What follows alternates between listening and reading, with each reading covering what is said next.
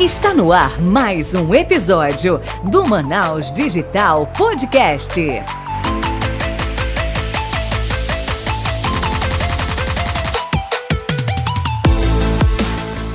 Fala Manaus Digital, Léo David aqui para o 11º episódio da terceira temporada do Manaus Digital Podcast. E hoje aqui para tocar esse barco comigo está ela, Michele Guimarães. Fala aí, Michele. Fala Manaus Digital! Sejam muito bem-vindos ao primeiro, maior, melhor e mais premiado podcast de empreendedorismo da região norte. É um prazer estar aqui com vocês em mais uma semana, em mais um episódio. E hoje a gente vai falar sobre oportunidades para startups. Porque no Amazonas tem oportunidade ocorrendo sim, basta você estar preparado para aproveitá-las. Só que quem vai falar sobre isso é a Elaine Garcia. Então, Elaine, chega aqui com a gente, por favor. Olá, obrigada pelo convite. É uma honra estar aqui falando com vocês. Muito obrigada pela oportunidade. Show, Elaine. Muito bom você estar aqui com a gente trocando essa ideia. Mas antes de a gente começar a falar um pouco da tua trajetória e também do conteúdo sobre investimentos e algumas oportunidades para as startups aqui de Manaus, a gente tem a pergunta do milhão e quem vai fazer essa pergunta para ti é a Michele. Pois é, essa pergunta ela é muito importante. Nosso caro ouvinte, ele já sabe qual é e você tem que pensar muito bem na hora de responder, Elaine. Portanto, a gente quer saber. Quem é Elaine na fila do pão? Quem é Elaine? Então, eu sou administradora de formação, mas eu tenho uma história curiosa, que a minha vida profissional, ela começou na área técnica, né? Eu fiz processamento de dados aí no 2º grau, na Fundação Matias Maquilini. Então, eu comecei a minha carreira como programadora, analista de sistemas, e há quase 20 anos eu já fiz transição de carreira, e então eu atuo na área de gestão, que é a minha formação na acadêmica, né, na universidade. Durante esse tempo de trajetória, depois que eu chaveei a minha carreira, eu já estou aqui com quase 20 anos de experiência em posições de gestão no segmento de varejo, bebidas, previdência, educação, e a tecnologia me puxou de volta. E cá estamos nós novamente na área de tecnologia, mas não na área técnica, e sim na área de negócios, né? Então, hoje eu atuo como consultora de negócios, através de negócios de pesquisa, de desenvolvimento e inovação, mais especificamente voltado aqui para o P&D, para a lei da Zona Franca, né? Para que a gente tenha atuado bastante aí nesse segmento. Então, Elaine, a gente gosta de saber detalhes, então vamos fazer assim, claro que você vai fazer um resumo, porque senão a gente passaria aqui com certeza várias horas conversando ali sobre a sua trajetória, mas a gente gosta de fazer tipo uma cronologia ali da tua trajetória, e tu pode falar um pouco de como que foi essa transição, que você disse que veio da área técnica, né, da área ali tecnológica, e como é que foi essa transição, o que fez você migrar para essas outras frentes? Tá, vamos lá. Então, eu 2º grau, né, em processamento de dados, terminei ali no ano de 98 e já fiz passei no vestibular para a área de administração, que era algo, né, que eu até digo que eu não gosto quando dizem que a área de administração é a área de indecisos. Não sei porquê, sempre sonhei com uma carreira mais executiva, com uma questão de gestão. Não sabia bem direito, mas eu na tecnologia eu me sentia, né, naquela época em que hoje nós temos, dentro da área de tecnologia, hoje nós temos vários perfis, né? Antigamente estava tudo muito voltado ao programador, ao cara da infraestrutura, ao cara de rede, então a gente não tinha muito ali, eu não conseguia perceber como eu poderia encaixar o meu excesso de comunicação, porque eu sempre fui comunicativa, e eu achava que estar programando me limitava a isso. Então, eu, na ocasião em que eu trabalhava na Bemol, eu entrei na Bemol como programadora, depois virei analista de sistemas, e no momento ali de avaliação de desempenho, né, e de construção de próximos passos de carreira, eu já estava quase me formando, né, faltava um ano para me formar, e eu verbalizei para minha gestão que eu gostaria, sim, quando tivesse a oportunidade de migrar de área, porque eu sei que a área tecnológica é uma área em que você precisa estar com os 2 pés fincados, né? Você precisa estar estudando, se atualizando, e a Bemol estava num momento super importante de transição, implantando o SAP, mas eu sentia que eu realmente precisava, e eu estava muito empolgada na graduação, e aconteceu de ter um programa de trainee, né, de ter sido convidada para esse programa de trainee, e dentro do programa de trainee eu consegui entender que ali sim era a minha missão, eu conseguia trabalhar a minha comunicação, a venda, a gestão. Então foi nesse momento ali que eu fiz a transição de carreira. Os próximos passos, eles foram seguindo ali. Depois eu trabalhei no Grupo Simões, né, na Coca-Cola, trabalhando ali na área de planejamento de marketing, trade marketing.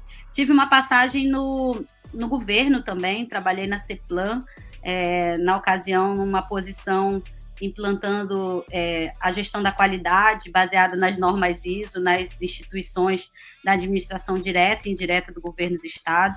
Foi um momento muito bacana, de muito aprendizado, de muito network também. Uma área super diferente também, né? Eu costumo dizer, pessoal, que a minha zona de conforto é estar fora da zona de conforto. Então, ao longo desses 20 anos, nas posições que eu atuei, sempre foram em diferentes business, né? Eu nunca me vi saindo de um varejo e indo para outro varejo, saindo de uma área de educação e indo para outra área de educação. Eu sempre estou fora, o business sempre é diferente, eu preciso fazer uma imersão. Então, depois da CEPLAN, eu acabei voltando para a Coca-Cola novamente, passei outra lá, atuei no município, né, na área da Previdência. Então ali foi o início de uma construção de um processo bem bacana, que foi quando eu comecei a atuar com fundos de investimento, mas para previdências. Ali eu comecei a entender um pouquinho esse mercado de fundo de investimento. Por fim, estava, né, antes de vir para a tecnologia, eu estava como gerente de relacionamento com aluno numa universidade, na Uninorte. Estava ali trabalhando a área de empregabilidade, serviços aos estudantes, era responsável ali também pela incubadora, quando recebi o convite para voltar para a área de tecnologia como gestora do Programa Prioritário de Economia Digital. E agora, né, por fim, estou na Federação das Indústrias, aí atuando na área de pesquisa, desenvolvimento e inovação dentro das casas da Federação das Indústrias, que tem o CAPDA, né? Porque a gente tem 3 casas dentro da Federação da Indústria que podem ser veículos de aplicação de lei de informática. Então, de forma estratégica, hoje eu ocupo essa posição no relacionamento com as empresas investidoras. Show, acho que chegou num ponto bem interessante, que exatamente como o tema principal aqui é falar sobre as oportunidades de investimentos para startups aqui, e como você já foi gestora de programa prioritário e você já, com certeza, já analisou diversas startups, diversos planos de negócio, como é que funciona essa questão de captação aqui para a galera da região norte, ou até a galera que vem de fora para cá, para acessar esse recurso de P&D de uma forma bem resumida para a galera que não sabe ainda o que é um fundo de P&D? Tem uma diferença aqui, inclusive para a gente, né? Inclusive para o nosso sistema, isso tudo é novo, porque a gente passou muito tempo com a lei de informática voltada para projetos, e os programas prioritários, eles foram as primeiras políticas públicas para investimento em negócios, e daí a gente começa a ter uma mudança de mindset, começa a entender um pouquinho melhor como que encadeia isso e como que viabiliza, né, como que eu trago toda aquela tecnologia que estava muito voltada para uma pesquisa básica aplicada ali dentro dos institutos, e como que desenvolviam para dentro das organizações, para dentro das empresas, e como que eu spin-off isso agora, como que eu traduzo isso para um negócio e levo isso para o mercado de forma exponencial, né? Então isso é muito novo, inclusive para o nosso ecossistema. A lei de informática da região da Zona Franca, ela tem algumas características, né, peculiares, particulares, porque sim, ela é por desenvolvimento da região, então a gente realmente precisa cumprir algumas obrigações de aplicação desse recurso dentro da região da Amazônia Ocidental. foi bem, né, o Programa Prioritário de Economia Digital ele foi precursor aí de todas essas discussões e de todas essas dificuldades de operacionalização, tanto de entendimento por parte, né, do mindset da empresa investidora, quanto por parte de quem vai acessar esses recursos, né? Então tem uma diferença, não é um dinheiro não é um dinheiro do mercado privado que eu posso fazer qualquer coisa ou qualquer, né? Então eu preciso obedecer às rubricas, eu preciso obedecer todo o regulatório que não é tão simples e que é uma consequência e uma tradução ali da lei de informática, né? Então a gente foi percebendo que a cada né, mudança de resolução, a gente foi atendendo um pouco mais a esse mercado de startup privado, né, como a gente percebe aí no Venture Capital, mas tem um pouco ainda desse recurso, enquanto oriundo de lei de informática, que você precisa ainda atender algumas particularidades do regulatório. Pois é, Elaine, inclusive eu estou lendo aqui algumas matérias, né, que vocês fizeram quando teve o lançamento do fundo, e aí a gente fala de 100 milhões de reais, é dinheiro pra caramba. Como é que esse valor, esse aporte vai ser distribuído? Quais são as empresas que vão poder ter acesso, né, a participar dessa seleção? Explica melhor pra gente, por favor. Tá, é um fundo de 100 milhões, então quando eu falo agora desse FIP-FIEAM, é uma modalidade nova, né, de investimento, onde o regulatório ele obedece ali a toda a arquitetura da CVM, da Ambima, né, na figura de um gestor CVM, figura de uma empresa administradora também credenciada, com auditoria aí das Big Four, né? Então, assim, é arquitetura de fundo de investimento do mercado privado, porém, com a possibilidade, né, esse fundo de investimento, ele nasceu oriundo aí de lei de informática. Ou seja, ele é um fundo regulado pelo mercado de capitais, porém, os recursos oriundos esses 100 milhões, eles virão, obviamente, de recurso de P&D.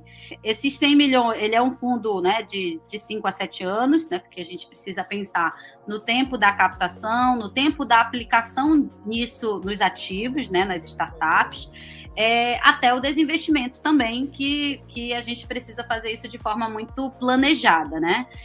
Então, toda essa arquitetura ela foi desenvolvida de modo que a gente, sim, também consiga pensar em novas matrizes econômicas para a região, consiga entender quais são as dores da região, e aí nós chegamos em 4 teses de investimento para que as startups consigam acessar esse recurso, né? Nós temos aí as teses de investimento, obviamente que nós estamos no mercado, na Zona Franca, então há sim uma grande necessidade da modernização industrial, então modernização industrial ela é uma das nossas teses de investimento, tudo aquilo que se conecta, seja ela com o core business, seja ela com as suas atividades acessórias ali, logística, marketing, etc., elas podem estar apoiadas aqui na modernização industrial. Uma outra tese são fintechs, né? São tese financeira, seja ela fintech ou creditex, que vem de encontro a uma necessidade grande da região, porque nós realmente temos um desafio dentro da região em relação à falta de recursos financeiros, a nossa inclusão financeira. Nós somos uma área, né, principalmente falando das áreas dos interiores, a gente é muito desbancarizado. Então precisa muito de soluções que atendam às nossas particularidades. A outra tese, ela é turismo, né? Turismo que precisamos reconhecer que a gente não tem um turismo profissional aqui, a gente tem uma dificuldade grande de ter os serviços turísticos e que sejam sustentáveis na nossa região, que conectem com aquilo que a gente pensa enquanto sustentabilidade, enquanto profissionalismo também de toda os turistas que a gente atrai para a região, né? E por último, e talvez a mais importante, é bioeconomia, que é entender esse aproveitamento da nossa biodiversidade de forma sustentável e escalável. Nós temos muitos desafios aqui a serem sanados na logística, na nossa cadeia produtiva, ao mesmo tempo que a gente tem que preservar as comunidades e os povos tradicionais, a gente precisa pensar em como escala, em como financia isso. Então, tem alguns desafios importantes que nós entendemos que a Federação das Indústrias, né, que não é uma federação para as indústrias somente de bens de informática, então ela congrega vários conselhos, várias entidades de classe. A gente entende que a federação, enquanto esse ator, né, que atua num ambiente de discussão técnico-político, que atua colaborativamente, que é uma casa plural e cooperativa, então a gente entende que essas temáticas, em sendo um fundo multicotista da federação, a gente consegue articular melhor todas as discussões necessárias para pensar essas novas matrizes econômicas que tendam a desconcentrar, né, todo esse nosso recurso que a gente está pensando muito na indústria, e aí as nossas, como é que fica aqui as nossas outras áreas, né, que a gente precisa também tornar sustentável. E aí o fundo vem trazendo este recurso para esses projetos, empreendimentos inovadores. Falando da tese dos 100 milhões, só para complementar, o fundo ele nasceu, né, com a possibilidade de criação de uma Venture Builder. Então, o que acontece? Nós percebemos que a região ela é uma região de empreendimentos muito incipientes, ainda muito em fase de maturidade, precisam ainda, né, algum esforço ainda ali no início da cadeia para fazer os negócios serem escaláveis exponencialmente. Então, o fundo de investimento ele vai atuar, a gente vai atuar de modo que o fundo de investimento faça os investimentos seed e série A, né? Ou seja, os cheques maiores, eles serão investidos diretamente pelo fundo de investimento.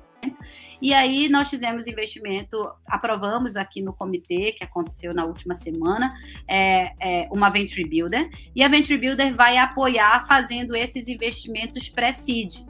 Ou seja, o fundo de investimento investe na Venture Builder, a Venture Builder vai apoiar as startups com o Smart Money, né? Com o recurso e também colocando a mão na massa junto, com um pacote de serviços que seja aderente àquele negócio, àquela maturidade ou àquela necessidade, colaborando com aquele empreendedor para que ele realmente tenha mais chances de sucesso. E a participação da Aberta Capital como gestora, como é que aconteceu essa, digamos assim, juntar o FIAN e a Aberta? Então, a federação, ela, né, como um ator que é plural, ela ouviu várias gestoras de fundo de investimento. Nós tivemos proposta de 4 gestoras, recebemos aqui, avaliamos taxa, cooperação, de que forma tudo isso seria arquitetado, e Aberta, por já ser uma gestora experiente dentro da região, por já ter resultados muito interessantes que dentro da região, a gente tem uma particularidade muito grande, né? Então, é preciso ter uma certa experiência. Sempre que eu converso com gestores do mercado privado, há muito ainda desconhecimento de como utilizar o recurso de lei de informática sem ter insegurança jurídica. E a Aberta nos trouxe aí esse know-how, né, pela experiência que eles têm. Eles já são gestores, eu acho que de mais 3 fundos da região, que são fundos privados e de apenas um cotista, né? Então, foi uma oportunidade que nós tivemos de dentro escolher, ter Aberta como a nossa gestora, mas de um fundo multicotista, entendendo aqui quais são as particularidades de P&D, porque sim, esse era um driver muito importante para a nossa decisão. Legal. E você já tem uma média assim de prevista, né? Você falou uma janela de tempo, mas já tem previsto a quantidade mais ou menos de startups que vocês querem? E a próxima pergunta seria, essas startups só do Amazonas ou podem ser startups de outros estados que queiram operar aqui também na região norte, aqui no Amazonas? Então, a primeira pergunta aí sobre valores, né? Então, nós já temos o fundo, ele já tem aí um patrimônio líquido aí de de 20% desse valor, né? E, na verdade, a gente já tem um comprometimento de 40% disso, porque quando é feita uma negociação, já há um comprometimento de aporte ao longo desse tempo. Então, a gente já tem aí 40% desse valor captado. E, em relação à quantidade, vai ter uma diferença entre as startups que serão investidas pelo fundo e as startups que serão investidas pela Venture Builder. A Venture Builder, os cheques são em média de 500k, né? Então, a gente espera ali que na Venture Builder a gente possa fazer aí mais ou menos umas 20 startups ao longo desses 5 anos aí. E em relação ao fundo de investimento, aí vai depender muito do valor dos aportes, né? Porque, às vezes, o cheque pode ser como co-investimento em alguma startup que já está com rodada aberta, e a gente não vai atuar somente liderando rodadas de investimento, a gente vai atuar também co-investindo. Então, pode ser que tenha startup que já estejam no nível de maturidade para um cheque de 5 milhões, mas, às vezes, para complementar e fechar uma rodada, precisa de 1 milhão, de 800 mil. Então, essa quantidade para o fundo ela é um pouco mais um pouco mais difícil prever, né? E também há um pensamento também de como eu vou fazer também o desinvestimento, para que lá na frente a gente consiga co-investir nas startups que estejam fazendo o exit aí desse processo. É uma arquitetura bem, né? Precisa ter uma estratégia aí nesse processo. E é interessante, né, Elaine, o peso que essa iniciativa tem, porque, segundo a AB Startups, quase 70% das nossas startups aqui da região norte nunca receberam aporte, né? Ou seja, às vezes a gente tem boas ideias, está ali tentando surfar a onda, mas não consegue escalar. Porque não é difícil, né? Por questões logísticas, distância, enfim, muita coisa. A gente não consegue ter acesso a essas conversas com fundos. Então... E uma das coisas do fundo ser regional e ele ser multicotista, porque ele vai atender anseios de várias teses. O fundo nasceu justamente por essa dor da nossa região, Michele, porque a nossa particularidade de regional ela é muito diferente do resto do país, e por não ter um fundo dentro do nosso ecossistema, era muito difícil as nossas startups encadearem uma conversa com os fundos de investimento fora daqui, porque obviamente a minha competição deixa de ser no nosso quadradinho e passa a ser ao Brasil. E aí, como você mesmo falou, nós temos boas ideias, mas como que a gente está apresentando essas boas ideias, né? A gente está vivendo aí, falando muito no nosso déficit de pessoas na área técnica, e eu tenho encontrado muita dificuldade também na área de negócios, né? Então, as startups não são feitas só de pessoas técnicas. E aí você encontra as startups que não focam em também olhar os seus KPIs financeiros, não conseguem se posicionar enquanto as suas métricas na hora de apresentar um pitch, não aprofundam nisso. Então, a gente também tem uma deficiência. Máquina de marketing e vendas, que a venda, né, gerar nota fiscal é o que vai ajudar essa startup também a elevar o seu nível de maturidade, porque ela já vai para um outro patamar, não só da ideia que está no papel, mas da ideia que já fatura. Então, eu tenho um abismo aí ainda que a gente precisa avançar e ter um fundo local que entenda essas nossas particularidades e tragam teses, né, de acordo, que façam sinergia com as nossas necessidades. A gente espera que isso faça essa mudança, que esse seja o caminho natural dessa mudança. Eu não sei se passou batido para mim, mas eu tinha perguntado sobre se há possibilidade de startup de outros estados acessar esse fundo, se você puder responder essa parte. Posso sim. Então, como todo recurso da região da Zona Franca, as startups elas precisam ter sede, trabalhar, operar e operar o escopo para aquilo, né, para aquele recurso, para que ela está recebendo aquele recurso, precisa ser feito na região da Amazônia Ocidental. né? Então, sim, todas as startups que forem investidas por fundos de investimento, elas precisam operar na região.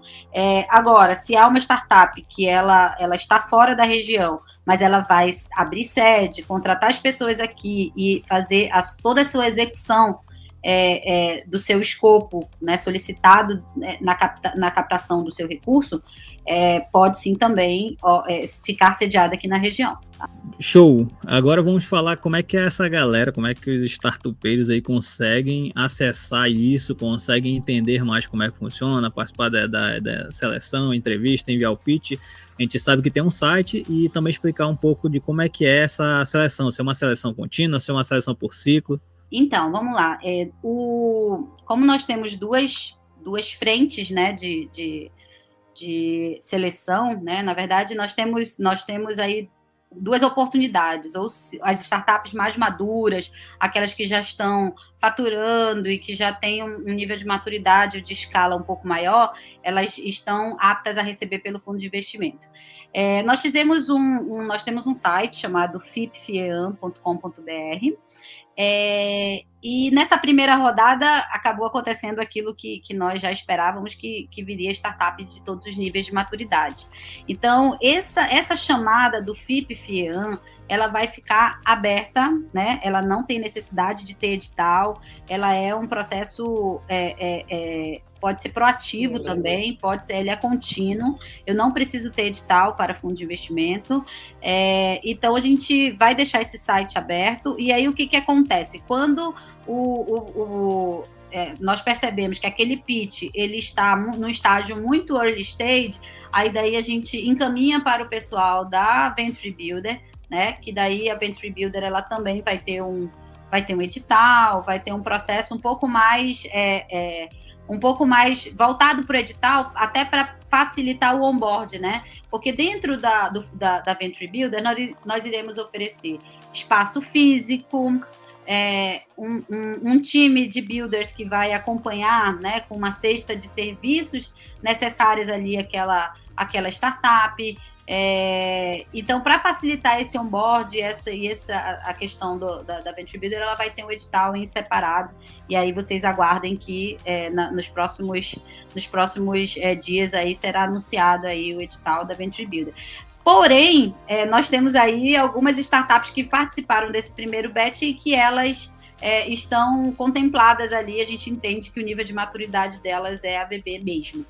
Então, esse processo ele vai ser muito fluido assim, entre o fundo e a Venture Builder para conseguir acessar a maior quantidade de startups possível, né? Nós temos agora, nessa primeira chamada, nós recebemos mais de 40 inscrições.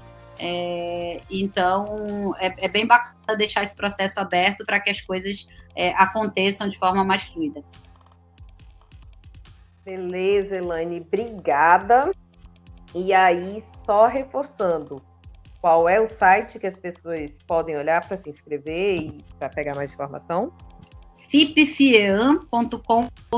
Então, lá você preenche uma ficha de inscrição, né? Tem um regulamento lá para se acessar.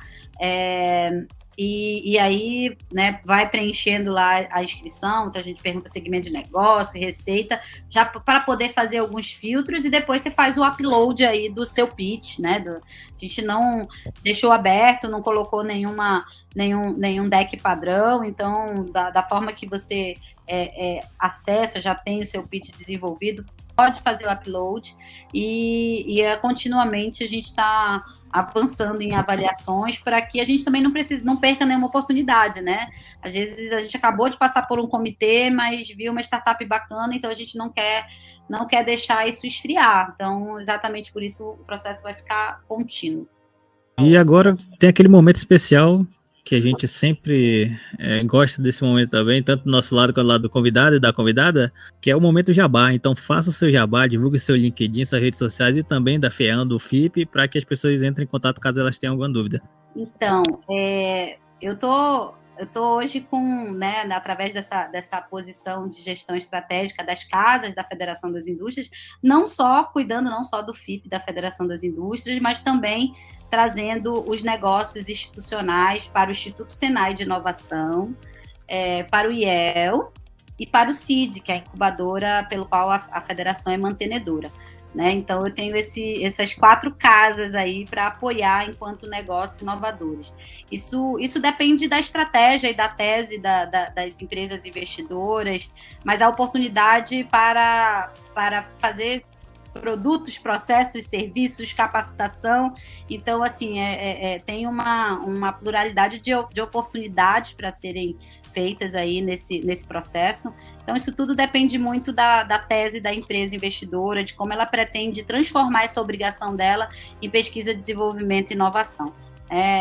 Então, abrindo um pouquinho esse leque, além do fundo de investimento, nós temos outras oportunidades também.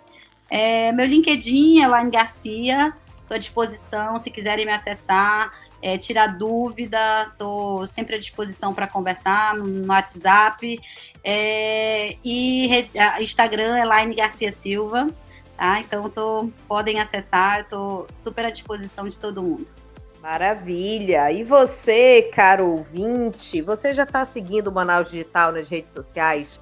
Se não está seguindo, o Léo vai te dizer como faz, como é que acha a gente.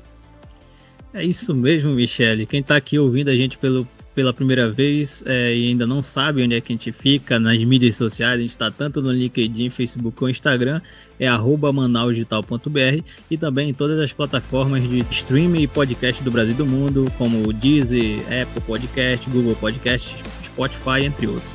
A gente agradece aqui mais uma vez a presença da Elaine e vamos encerrando aqui o 11º episódio do Manaus Digital Podcast. Até o próximo episódio.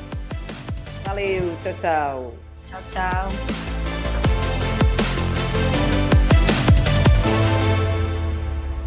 Você acabou de ouvir o Manaus Digital Podcast. Até o próximo episódio.